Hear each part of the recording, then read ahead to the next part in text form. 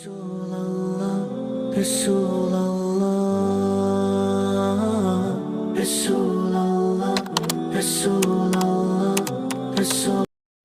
পায়া যে পানি আসছে, ইতিহাস সাক্ষ্য দিয়েছে 1450 বছরের ভিতরে কোনদিন 12 ফিট থেকে নীল নদীর পানি কমে নাই। সেই উমর ইবনুল খাত্তাব যেই উম্মতের জন্য নবী হইতে পারল না, সেই উম্মতের জন্য সেরাত বিবির ফোলা 100 কানা বহুমূত্র বিমার ছিল, তহসিলদারির চাকরি, মুক্তারি পরীক্ষা দিয়ে ফেল, সর্বশেষ কলেরা রোগে পায়খানার টাতিত হয়ে বসছে। এবার উলামায়ে কেরামের কাছে মাসলা জিজ্ঞাসা করতে চাই, নবী যেখানে মারা যায় তারে দাফন করে কেন?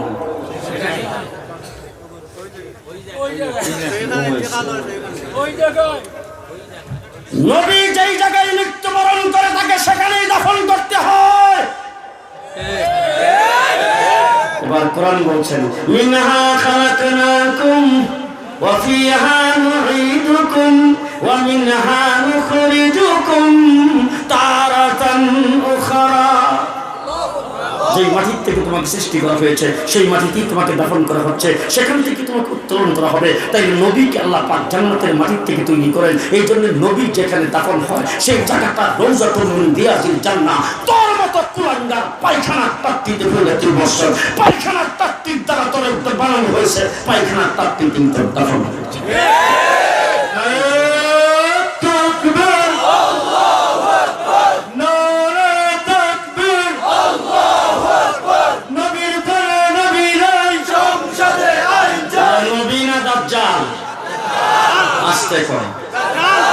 এবার শেষ কথা আপনাদেরকে বলতে চাই, সেটা হলো মির্জা গোলাম কাদের না শুধু আমার নবীর পরে কিয়ামত পর্যন্ত যদি কোনো ব্যক্তি নবী দাবি করে এবং তারে যদি কেউ অনুসরণ করে, তারে যদি কেউ সমর্থন করে, তারা যে কাফের বিনা দলিলে কেডা কেডা মানতে রাজি।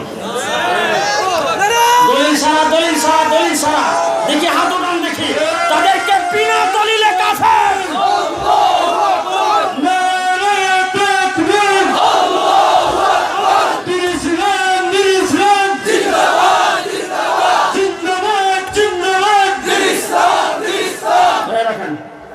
দলিল লাগবে না, দলিল ছাড়া জোরে জোরে জোরে জোরে জোরে। ইমামে আজম আবু হানিফা রাহমাতুল্লাহ আলাইহি বলেছেন, কোন ব্যক্তি যদি নবী দাবি করে আর তাকে যদি কেউ যায় জিজ্ঞেস করে তুমি যে নবী দাবি করছো দলিল কি তোমার নবুয়তের, সেই ব্যক্তিও কাফের। তাহলে আমার নবীর পরে কোন ব্যক্তি নবী দাবি করলে বিনা দলিলে কাফের, বিনা দলিলে কাফের। মির্জা গোলাম কাদিয়ানী এবং তার বংশধর তথাকথিত আহমদিয়া মুসলিম জামাত বিনা দলিলে কাফের। ঠিক না ঠিক? এবার জিজ্ঞেস করতে চাই, তাদেরকে যারা কাফের মনে করে না, কারো রেসি ভিআইপি কিচ্ছু করে না, জোরে জোরে জোরে জোরে জোরে। মির্জা গোলাম কাদিয়ানী বংশধর তার অনুসারী তথাকথিত আহমদিয়া মুসলিম জামাত কাদিয়ানী সম্প্রদায়কে যারা কাফের মনে না করে তারাও কাফের। ঠিক কিনা জোরে কোন? আমাদের বিশ্বাস, আমার দেশের মহামান্য প্রেসিডেন্ট, আমার দেশের মাননীয় প্রধানমন্ত্রী, আমার দেশের বর্তমান সরকারে যারা আছেন, আমার দেশের প্রশাসনের ঊর্ধ্বতন কর্মকর্তাগণ সবাই কাদিয়ানীদেরকে কাফের মনে করে। কিন্তু একটি কথা বলতে চাই, আমার বাংলাদেশের জাতীয় সংসদের খয়রাইত এমপি ইনওয়ার মেনন সাহেবেরা পরিষ্কার করতে হবে জাতির সামনে, কাদিয়ানীদেরকে কাফের মনে করেন কিনা। যদি মনে না করেন আপনারাও কাফের।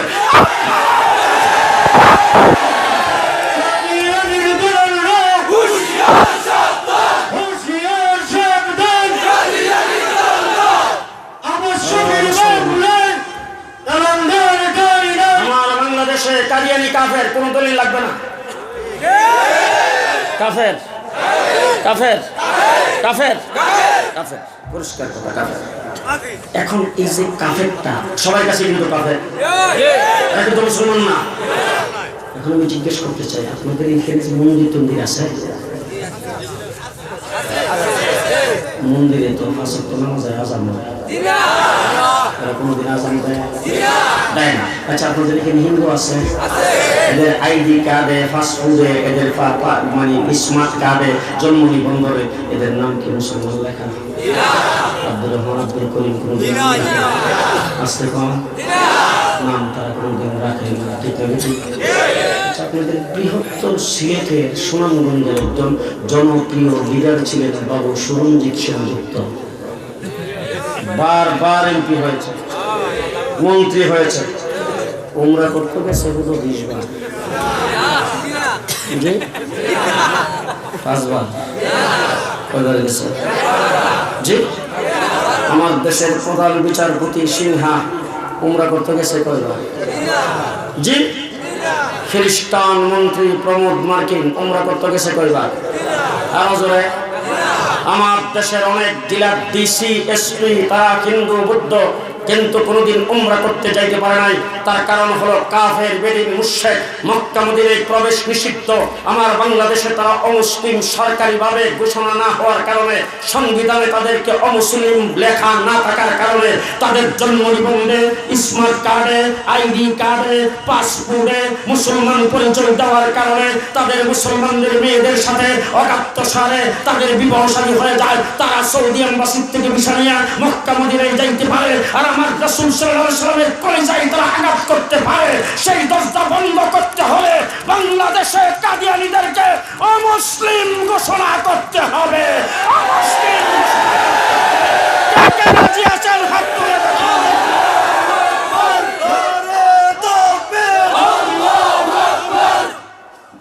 আমার বন্ধুগণ, শেষ কথা, এক দফা এক দাবি।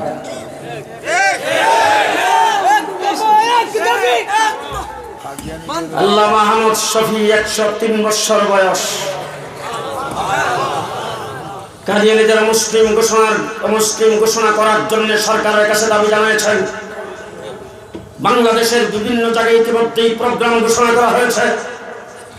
আগামী 22 তারিখে আসবেন মৌলভীবাজার, আগামী 27 তারিখে যাবেন ব্রাহ্মণবাড়িয়া, 26 তারিখে যাবেন সাভার। গোটা বাংলাদেশে প্রোগ্রাম হচ্ছে কাদিয়ানীদের মুসলিম ঘোষণার দাবিতে। আল্লামা আহমদ শফি, শেখ ইমাম বাড়ি, আল্লামা নূর হোসেন কাসেমি, জুনায়েদ বাবনগরী সকল ঐক্যবদ্ধ হয়ে যদি আবার ঢাকা অভিমুখে লং মার্চ করার জন্য, কাদিয়ানীদের মুসলিম ঘোষণার জন্য যদি ঢাকায় যাইতে ডাক দেয়, কাফনের কাপড় নিয়ে কে কে যাইতে রাজি আছেন?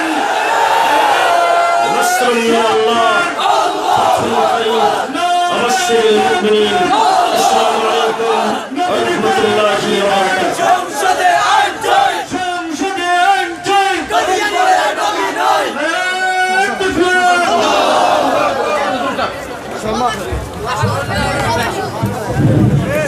মাহদুর হাজিরিন, আপনারা বসে পড়ুন।